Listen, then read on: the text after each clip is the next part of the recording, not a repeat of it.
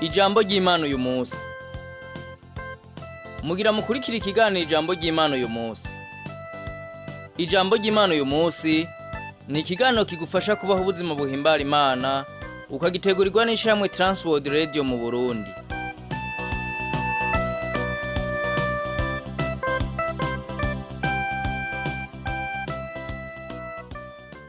Ndakora mu kijeni nshuti mugenzi, mukuze kino kiganiro ijambo ry'Imana uyu munsi.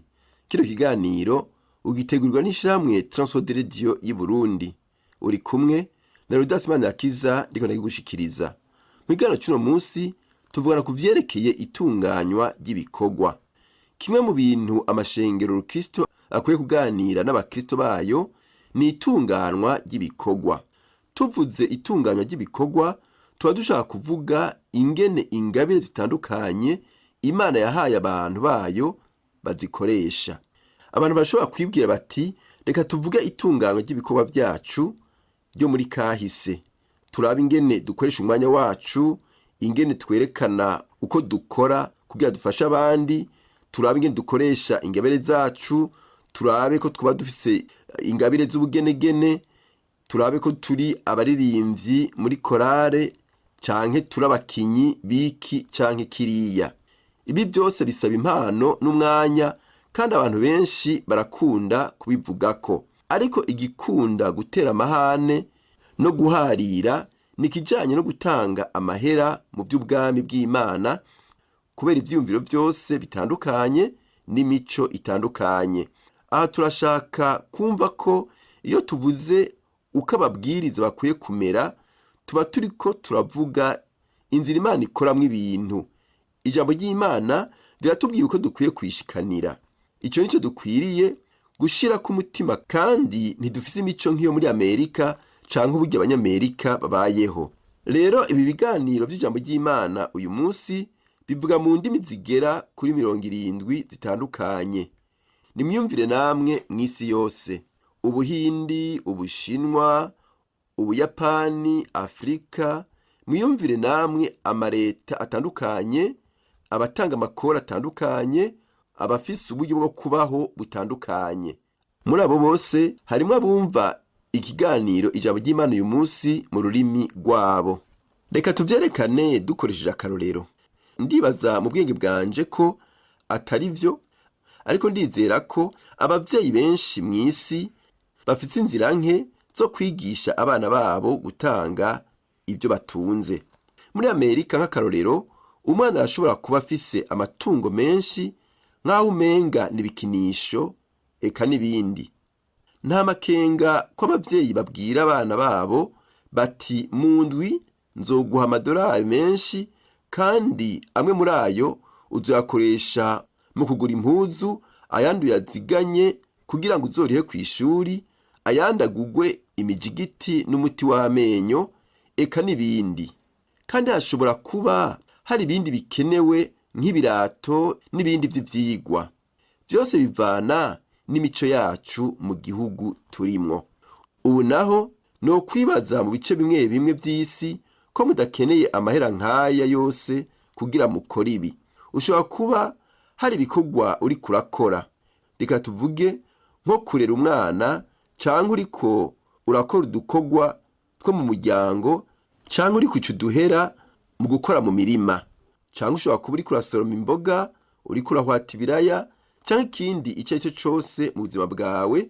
Yaba umuntu Imana yakoze ko, abavyeyi bawe, abagenzi bawe, canke ishengero, boba bariko baguha ivyo ukeneye. Aha rero turakeneye kwisunga Bibiliya. Igihe Imana ivuga ibijanye n'amahera, inzira nziza yo kubitahura koba kuja mu isezerano rya kera. Mu gitabo c'abavugishwa n'Imana Maraki mu gice ca 3 biranditse neza. Namba ufise Bibiliya hafi yawe urashobora kuhisomera, ariko vyoba vyiza usomye ico gice cose ca 3 kugira utahure neza. Uko usoma ico gice ni kubona Imana ibisigura neza. Ashitse ku murongo w'8 n'uw'9 n'uw'10, Imana yavuga cane ku gutanga. Ariko aha biboneka ko Imana idahimbawe na gatoya n'Abisirayeli, kandi yarungitse umuvugishwa nayo kugira aje kubaburira aheze ababwire nk'uko yama abikora mu isezerano rya kera igihe cyose abisirayeli bakora icaha, Imana yacibarungikira umuvugishwa hanyuma ikabibutsa ko bakwiye kwihana bagaheza bagahinduka. Ico nico cari gitumye Imana itabahimbarirwa, hanyuma ikarungika umuvugishwa wayo kugira ngo aje kubabwira ubugombe bwayo n'amajambo yayo, kandi ivyizigiro kwari uko abisirayeli bihana bakavuga bati, Mana tubabarire, umva gusenga kwacu, turashaka imbabazi, tugomba guhinduka, tugiye kukubaha kandi tugukunde cyane. Uko niko ibintu byari bikwiye gutunganywa. Mu buryo bw'umwihariko, Imana ntiyari ihimbawe n'abisirayeli nubwo ubwabo biyita ubwoko bw'Imana. Imana ntiyari ihimbawe n'ivyo bariko barakora. Mu biganiro bagira haba ikibazo, baribaza bati, mbega hari uwo gunga Imana? Mbega hari uwo kwigira ikiragi imbere yayo? Mbega hari uwo fata ivy'Imana akavyitirira atereka niteye ivyanje aho gutangira Imana? Mbega umuntu yoba ikijuju? Ivyo n'ibibazo ushobora kwibaza uri kurasoma ca gice ca gatatu, kandi mu vy'ukuri abantu bararushe. Nta muntu n'umwe mu bwenge bwiwe yokubahwa gugunga Imana. Aho Imana ikibivuga neza ko ari vyo muriko murakora, aho gushitsa ivy'isezerano rya kera babwira, ariko gushikana ibigira 10 n'amashikanwa, kuko ari vyo Imana ishaka ko dukora. Aho gushikanira Imana muriko mwigungirako. Nico gituma Imana ivuga ko muriko murayigunga kandi muriko mwihagira ivyayo aho kuyibishikanira. Ico n'umutwaro ukomeye, kandi abantu babishize ku mutima baraheza baravuga bati, mbega ibi vyogenda gute? Imana irabivuga neza cane. Iki ni kimwe mu biri mu vyagezwe vyeranda, aho Imana itubwira ko mu vyo tuzokora vyose tubwirizwa kuyishikanira. Mubwirizwa gushikana ica 10 n'amashikanwa kugira bikore mu bwami bw'Imana bukwira isi, butwaye inkuru nziza y'agakiza. Ibi nivyo mwari mukwiye kuba muriko murakora, ariko sivyo muriko murakora.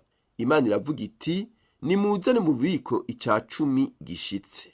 Dusanzwe tuzi ko hari hasanzwe hariho uburyo butandukanye bwo gutanga ica 10. Ni ikintu kiryoshe cyane kurimbura ivyanditswe vyeranda mu kwiga ingene Uhoraho ashaka abantu biwe ko bamushikanira mu bwami bwiwe, n'ingene ashaka ko ayo mashikanwa akoreshwa. Hari uburyo butandukanye bwo gutanga ica 10, kandi ku kirengeye ica 10 kingana n'ica 10 c'ivy'Imana yahaye umuntu, hari n'amashikanwa y'imbuto. Hariho kandi n'ayandi mashikanwa akomeye. Mbega ivyo twobiharura gute mu biharuro? Mu vy'ukuri ntavyo tuzi. Bibiliya ntitubwira neza, ariko vyari birengeye ica 10 c'ivyo baronka. Birashika ko yoba ari ibice 12 canke 15. Nta muntu n'umwe arigira avuga ingene vyangana kwijana ku vy'Imana yaha umuntu. Mu vyerekeye ubutunzi nko muri Amerika, nta guhanahana ibicuruzwa kuhari hadakoreshejwe amahera, bisigura kugura, kandi nta gutanga imbuto canke ivyo twimbuye ubwa mbere bihari. Ivyo ntavyo dukora. Vyose bikogwa mu matungo n'amadolari. Mbega ico giciro coba kingana n'iki? Kumbure vyoba birengeye ica 10. Ariko nubwo ico ca 10 kigoye gutanga ku bantu benshi kubera batabimenyereye, ntibigeze babigerageza, kandi ntibigeze bamenya ko ari Imana yabibahaye. Ntibarigera bavuga bati, Mana turakwizigira, turazi ko utwitayeho. Ntidukeneye kuziganya ubutunzi bwo muri kazoza. Ntidushobora kwitabara. Mana dutabare kandi duhe ivyo dukeneye. Iryo ni ryo fatiro. Imana irashaka ko twese dutahura kwitwitayeho cyane, kandi kwigihe duhaye ibidukwiriye, indero, inyigisho, akazi, amagara meza, ibishaka ko dushobora kuyikorera. Igihe Imana ibiduhaye itongo, kumbure turi mu mico itandukanye, kandi dufise amatongo mato, kumbere dufise amatongo twokwita ayacu canke twokorera mu miryango yacu canke imigwi dukorana. Ivyo nivyo biboneka mu gitabo c'ivyakozwe n'intumwa mu gice ca 4. Ivyo nivyo mashengero Kristo mashasha yakorera hamwe. Bari bafise ubumwe kandi bashaka kwerekana ko atanumwe afise ico akenye. Nta muntu numwe yarakenye, kandi nubwo byaba bikenewe ko badandaza igice cy'itongo, babwirizwa kuzana ivyavuyemwo. Bategerezwa gutanga amahera kugira bagaburire abantu, kandi abantu bari barekuriwe kubaho bidegemvya ataco bariha kubijanye n'ubuzima bwabo canke amagara yabo. Turavye imico yahuba, ndagusavye ufate nka nkama ivy'Imana ivuga. Imana iragusezeranira ko niwazana ishikanwa rikwiye mu ngoro yayo, nayo izokwiyereka ikugururire imiryango y'ijuru, kandi izoguha imigisha myinshi utari bwigere wiyumvira, kandi utoharura. Imigisha izokurengera. Ndizera ko uzokwizera Imana ku kijanye n'ibi. Izera Imana kuri kazoza kawe, kandi izogukiza ingorane zose, iguha ivyo ukeneye vyose, kandi ureke Imana iguhezagire. Izogusesekariza umugisha kubw'ubuntu bwayo. Imana iragukunda. Yaraguhaye umukiza ari we Yesu Kristo, kandi irashaka kuguha ubushobozi bwo kumenya ingene witwara. Imana iguhezagire, we waruteze yompi kino kiganiro ijambo ry'Imana uyu munsi cuno munsi. Dusenge. Turagushimiye Mana Data wa twese uri mu ijuru, turagushimiye ukugira neza kwawe kwatumye duha Kristo Yesu ngo adukure ku muvumo w'icaha. Wewe Mana waduhaye igihambaye gikomeye, kuko witanze wese. None Mana nkuru, dutahuze natwe uko twogukorera bivuye ku mutima. Tumenye ko ari wewe utuzigama, ukazigama ibyacu n'abacu. Isezerano ryawe ritweretse ko kugukorera ari urufunguzo rwo kubaho neza. Dufashe kubitahura no kubigenderamwo. Tubisavye mu izina rya Yesu Kristo umwami n'umukiza wacu. Amen. Ikiganiro cyacu cy'uno munsi garukiye ngaha, naho butaha. Ufite ikibazo cyo cunganira, telefone 69 499 619, cyangwa ugakoresha 71 204 197. Yesu abahezagire.